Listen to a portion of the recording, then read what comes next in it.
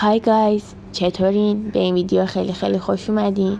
امروز اومدیم با یه سبک جدید از ویدیوهایی که من تقریبا تا الان تو کانالم از اینجور چیزا نذاشتم و فکر کنم دیگه هری پاتر رو همه شما بشناسید و اینم اعضای گروه گریفیندور و اینم نقش اصلی داستان که ما فعلا با اینا کاری نداریم. امروز با این کلا کار داریم: گروه گریفیندور، اسلایترین، هافلپاف و ریونکلاو.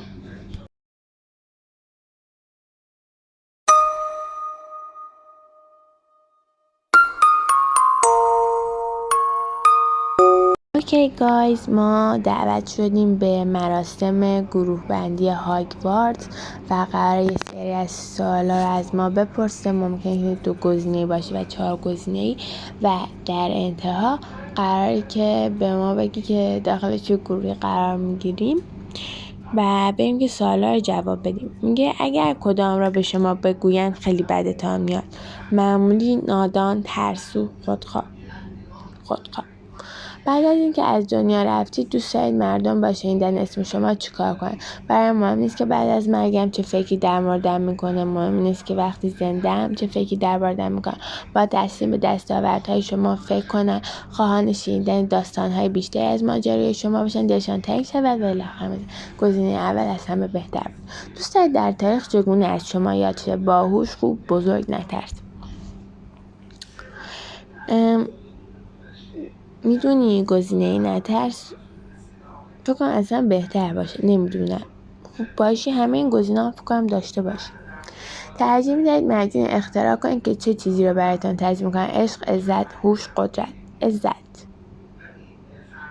آره، عزت بهتر. هر قرن یک بار بوته نرپاف گل‌هایی میدهد بویی که به خودشان میگیرن که رهگذران کنه. اگر این گل‌ها رو به شما به سمت خود بکشن چه چیزی میدن؟ هیزم سوزان، دریا، کاغذ پوستی نو، خانه. چه بویی میدهن؟ هیزم سوزان. 4 جام جلوی ما الان قراره که بگیم کدوم بده. مایه نقره کف کرده و حباب داره که چنان گاز داره که انگار تکه های الماس درون آن است. خیلی خوبه. نمیدونم. بعدی: نوشیدنی صاف و غلیظی به رنگ ارغوانی تند که بوی مطبوع شکلات و آلو میدهد. مایع طلایی رنگی که چنان می‌درخشد که چشم را اذیت می‌کند و نورش در سراسر اتاق پخش میشه. مایع سیاه و مرموزی که مثل جوهر می‌درخشه و بخاری از آن بلند میشه. اولی گزینه مناسب تری.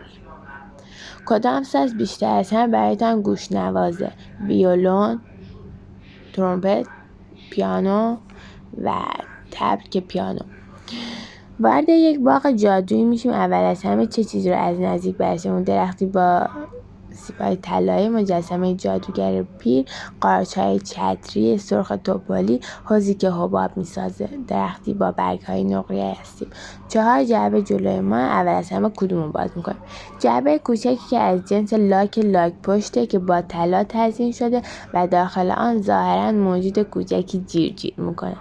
جعبه دوم جعبه سیاه براقی با قفل و کلید نقره‌ای با نوشته‌های رونی باستانیه و بعدی صندوقچه طلایی پرزرق و برق با پایه‌های پنجه‌ای که نوشته هک شده روی آن هشدار میده که دانش سریع و وسوسه تحمل ناپذیره.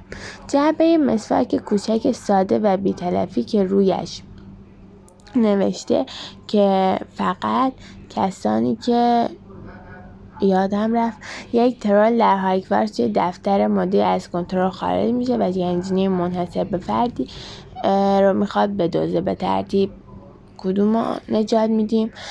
1. درمان تقریبا کاملی برای آبله اژدها، سوابق دانش آموزان. بچه‌ها تون که رد میشه من نمیتونم زیاد بخونم.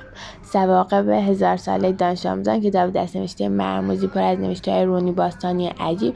درمان تقریبا کاملی برای آبله اژدها، کتاب دست‌نوشته مرموز پر از نوشته‌های ادامه‌شون نرفته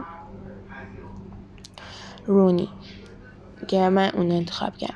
کنار آمدن با کدام گزینه برای شما سخت‌تر؟ گرسنگی، سرما، تنهایی، سر رفتن حوصله که تنهای به نظرم سخته. ترجیح میدهید به شما حسادت کنن، از شما تقلید کنن، به شما اعتماد کنن، شما رو تحسین کنن. از شما تقلید کنن گزینه مناسب دارید. اگر میتوانستید کدام قدرت رو داشته باشید کدوم انتخاب می‌کردید؟ قدرت خواندن ذهن، قدرت نامرئی شدن، قدرت نیروی بدنی ابر انسانی، قدرت صحبت کردن با حیوانات، قدرت تغییر گذشته و قدرت تغییر ظاهرتان در قدرت تغییر گذشته میدونید خیلی بهتره. آره، تغییر گذشته. بیش از همه چیز انتظار چی شد؟ میگه که اول از همه دوست دارید چه داخل هاگوارتس یاد بگیرید؟ من پرواز با دسته جارو دوست دارم. آره، بیش از همه دوست دارید درباره کدام یکی از گزینه‌ها تحقیق کنید؟ سانتورها، گابلین ها، آدم های دریای اشباح، خوناشام ها، گورگیناها، ترول ها.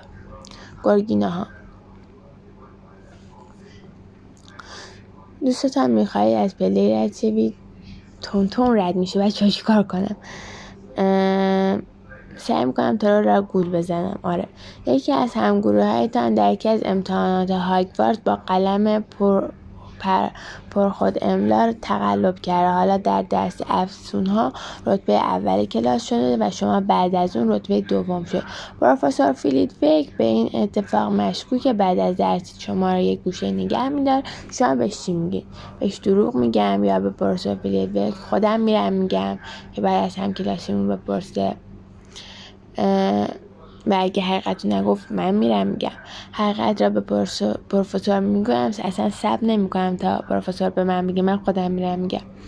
این 4 تا گزینه خلاصه کردم براتون چون گفتم که تون رد میشه و نمیتونم بگم. من گزینه دوم انتخاب میکنم. اگه ازم پرسید بهش میگم که از همکلاسیم بپرسه و اگه نگفت خودم میگم. آره.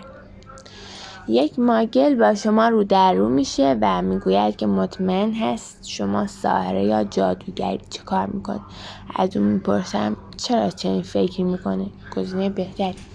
قبول میکنیم و میپرسه آیا میخواد برای اون طلسمی انجام بدیم و یا رویش اجرا کنیم؟ قبول میکنیم، برایمون رو میکشیم و میگذاریم کنجکاو بشه که شما بلوف زدید یا نه. گفتم که گزینه اول بهتر.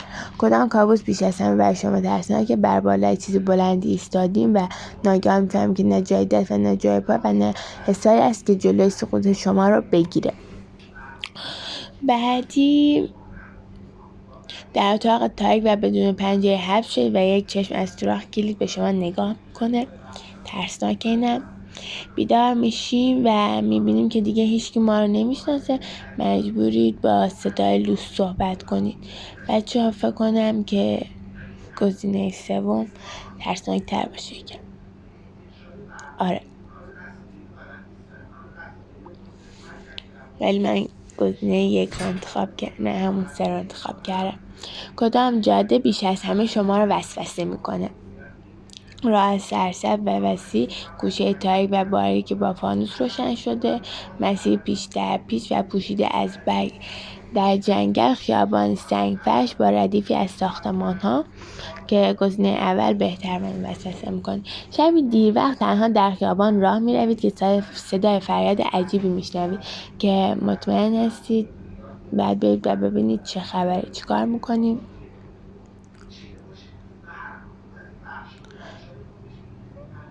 بچه‌ها سریع رد میشه، اصلا نمیتونم بخونم براتون. خودتون ویدیو رو این قسمت استاپ کنید و برید بخونید. اگر میخواستید در هاگوارتس تحصیل کنید کدام حیوان دست آموز رو انتخاب می‌کنید؟ گربه رارا، گربه سیامی، گربه نارنجی، گربه سیاه، گربه سفید، جغد جنگلی، جغد جارزن، جغد قهوه‌ای، جغد برفی، جغد انبار و وزغ معمولی، وزغ نادرجایی، وزغ اژدها و وزغ دلقک که من گربه سفید رو انتخاب می‌کردم. اول بین جغد و گربه مونده بودم ولی خب گربه سفید نظرم بهتره.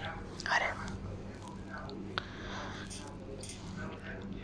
و خب